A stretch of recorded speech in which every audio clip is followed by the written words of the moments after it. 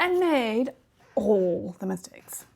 So come with me while I coax myself into proper bias binding joining in the round on a garment so it fits perfectly and so there's no bulk that interferes with the joint. So I'm going to show you the difference between that one and this one, and there will be bloopers at the end, but we're going to go with how do you join it nicely in the first place.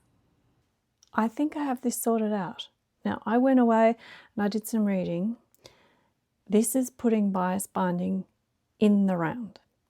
I got this series of photographic instructions from Oliver and S blog. It's taken me a little while to figure it out because I only had photographs. So, number one, we've got 2 bits of binding, right? We've been sewing it along here. I put in some hairpins because I needed the help. This is purely my idea because my fingers aren't working today and this kept folding up on me. So we open out the binding, bias binding. Then we're going to fold on a 45-degree line, which conveniently enough, when you have a hair clip in there, that's 90 degrees. Half of 90 is 45. So I'm going to pin that in.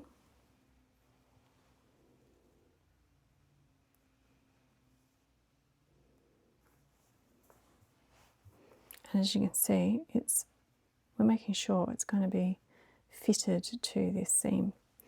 And then we're going to do the same with our opened out. It's holding it really well. Opened out binding.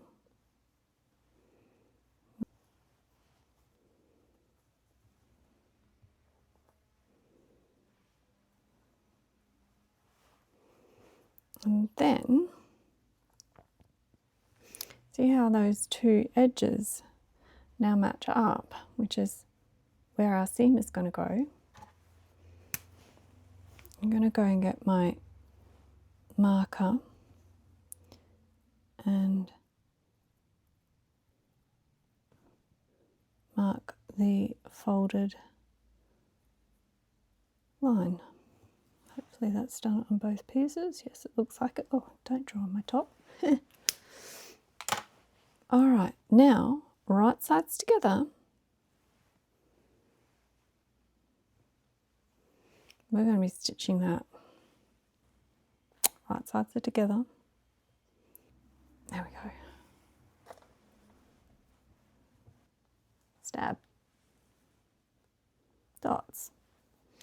All right, we've got a stitch line. That's on the dots. Let's go sew that. I've taken out the hairpins because I just didn't have enough wiggle room.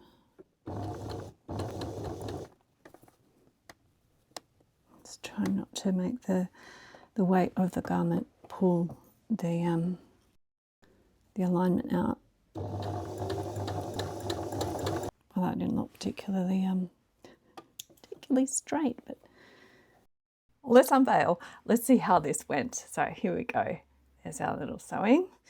Okay. There are pieces that we're gonna chop off, but let's just see how this.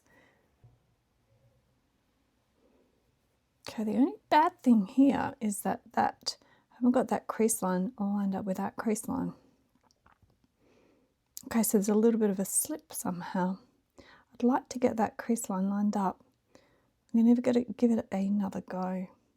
Right, so we saw that I went a bit wonky, and that's actually what caused that to, the creases not to line up. So if I go and pin directly on my dots, you can see that there's the stitching that I've just taken out.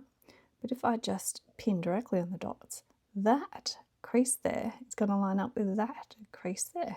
So we do have to be somewhat precise at getting our stitch line. and not letting things slip. So that, remember that one up there, that one was fine, so we can just pin him back in. Oops. Line up the dots, and then let's have a little double check. Is this crease line here intersecting with this crease line here? Yes, it is. Is this crease line here intersecting with? Yes, it is. So I think that's probably quite an important step in you sewing down this line. Make sure it's accurate. You can do this little intersection check before you sew. I'm going to go and sew that now. Am I more careful and more exact? Well, you can see my little dots. Check on the other side. Yep, much more on the dots. A little bit veering off there, but I was careful here. So let's, oh, isn't that nice? Isn't that nice? Look at this crease line. Look at this crease line. Even the middle crease line's pretty good. So now we just go and trim off the bits that we don't need. Now, if I get this wrong, I'm going to be mighty unimpressed with myself. It's always possible, given the amount of disasters I've already had. Okay. I'm definitely not trimming there. No, I'm not trimming there. This is the bit that I need to trim. Just those bits off down here. Because this bit's going to stitch to here. And this bit's going to keep on stitching here. Oh, and I do have enough to perfectly fit. Okay, that's good too. So I'm going to trim these bits. I'll trim them fairly close. And I'm just going to go and give that a press. Just so it behaves nicely. But it's going to work. Is that nice? Press done, and now we've just got this little bit to trim here. And this little bit to trim. You can barely see that, right? But it's sticking out. Keep a nice smooth line here. And we have joined a bias binding. Let's go sew that back up.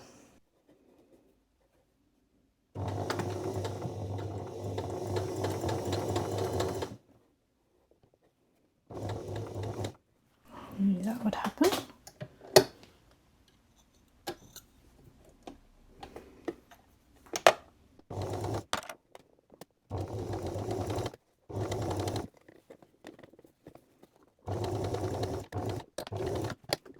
Now the results are coming, but I want to get on to the straight join because we've got to compare those two as well. So here's the straight cut join. This one I cut badly, poorly with my mistake. So I am going to do that experiment for you and show you, well, what does it look like if you just do a straight join rather than a diagonal join, because that's all I've got the option of doing. Now these hairpins are, I think I've bingoed on to something amazing. They're so helpful. This is actually kind of tricky getting this marked. And let's just trim that one down. And go and press that open. Time to sew in the gap.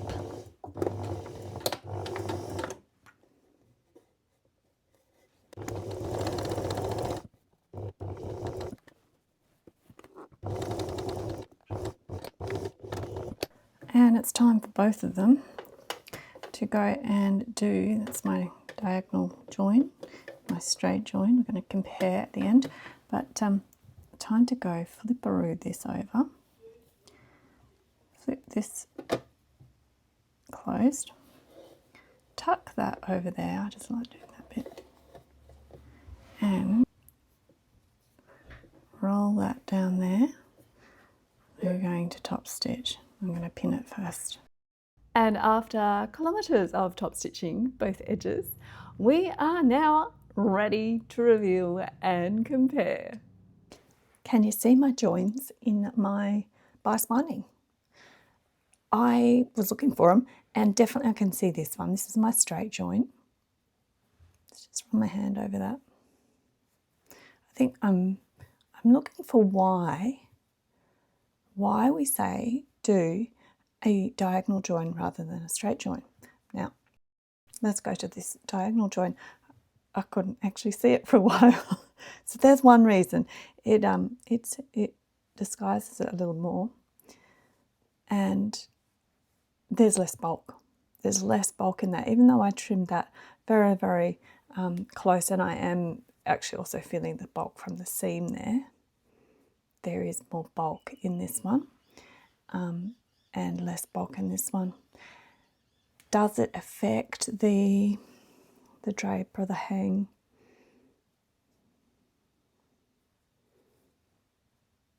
Again, it's hard to tell because I've got that on the seam, whereas this one is... So yeah, I think that this one hangs easier. Like it hangs just like sort of it's over here, even though this is the join. Much less interference in the drape and the flow. This one is just, there's just a, yeah, just he wants to fold there. So I think I'm going to keep going with, I can't even find it again, it's gone. Isn't that one good reason to do a diagonal seam? There it is, there it is. Am I going to keep going to try and do this? Yes, I am. I think this is a real winner. It cuts down the bulk. It allows it to drape and fold and be fluid, much like the rest of the garment. It's really almost invisible. Even though I haven't, you know, got the stripes perfectly perfect, it's still invisible. And this one, well, I'm kind of glad that I was able to join it because I made that oopsie mistake. So, you know, if you make a mistake, you can do this. And this is where we're aiming for. And did I mention bloopers? Yeah. Enjoy your comfy lives, guys.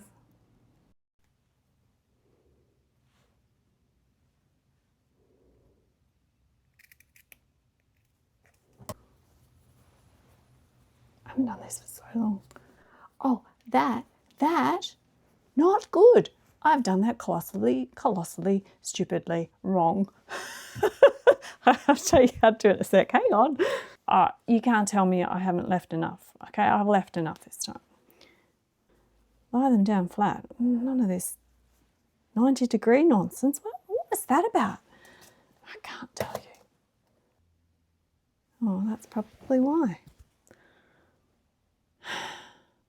That's probably why.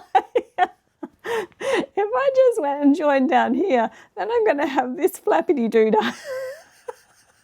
It is that hard. Oh, jeez Louise, jeez Louise. I am not going to do, I'm really not doing too well. Okay. One goes 90 degrees. And one goes vertical. Oh, yes, I've certainly got enough. Oh. You wanted a calm instructional video? It's not this one. It's Lucy can't do anything today.